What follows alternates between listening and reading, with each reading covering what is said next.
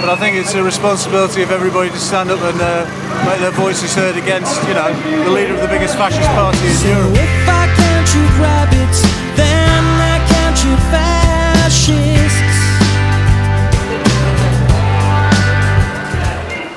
I've come here because I think it's important that when the leader of one of the leading fascist organisations comes to this country, that there's opposition against her.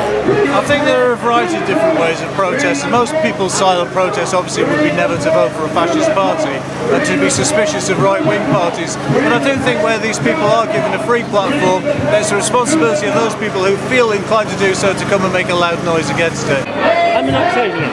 I'm born here, and I'm quite passionate that my city gets misrepresented, but because we give a welcome to people like this. I'm prepared to discuss with Tories, UKIP, anything like that.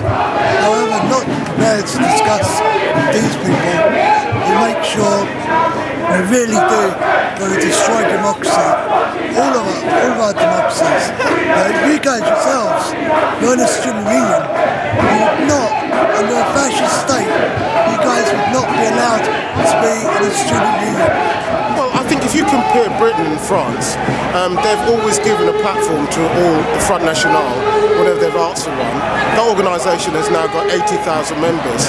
If you compare that to the BNP and the Front National, the BNP has fallen apart and the EDL is in serious decline because they've always been denied a respectable platform. So I asked the people now, that works. That has meant that Nick Griffin is no longer an MEP, where she's going from strength to strength and to the point where she's threatening as a presidential candidate. I believe the test of no platform is how it works. Fascist organisations fell apart here, and fascist organisations are thriving and growing inside France. If she's in France, she's got a legitimate mandate, she can speak there. In Britain, fascist parties are minuscule, she's got no legitimate mandate here. Actually, people haven't voted for her. We've got a firm history of resistance to fascism, so no, she's not welcome here. It's a disgrace that Oxford Union, a debating society that believes in democratic debate, lets people like these debate in an open forum like this. I'd much rather argue that that's what they do in other places, and they have a problem. No platform, and we seem to be keeping the power right under control and not getting lots of votes and things. So reluctantly, I have to,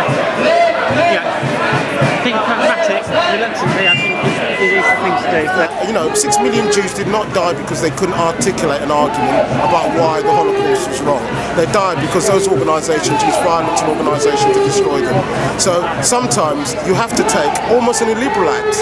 That is to say, as long as you refuse to respect true democratic rights and treat everybody as a human being, you cannot join us. You are excluded.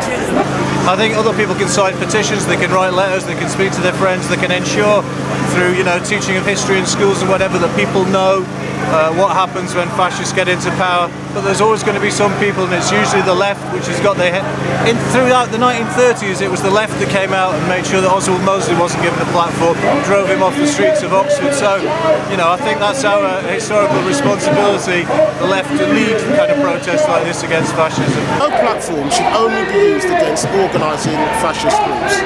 Everybody else has to be argued with. I happen to believe in a woman's right to choose. Organisations that argue that women haven't got a right to choose have a right to argue, put that argument, and I believe that we should oppose them. You're allowed to democratically oppose them. People like Marine Le Pen shouldn't be given a platform anywhere because they will destroy all democratic rights. And that's where we say no platform should be used. It should be used on anybody else. It's going to be on the news. You guys are filming it yourselves. It's going to be an education about getting this out to people, and I think it will have an effect, you know, and I think it's better to do something than do nothing. I'm for peace. But some people say I'm wrong. I'm a hopeless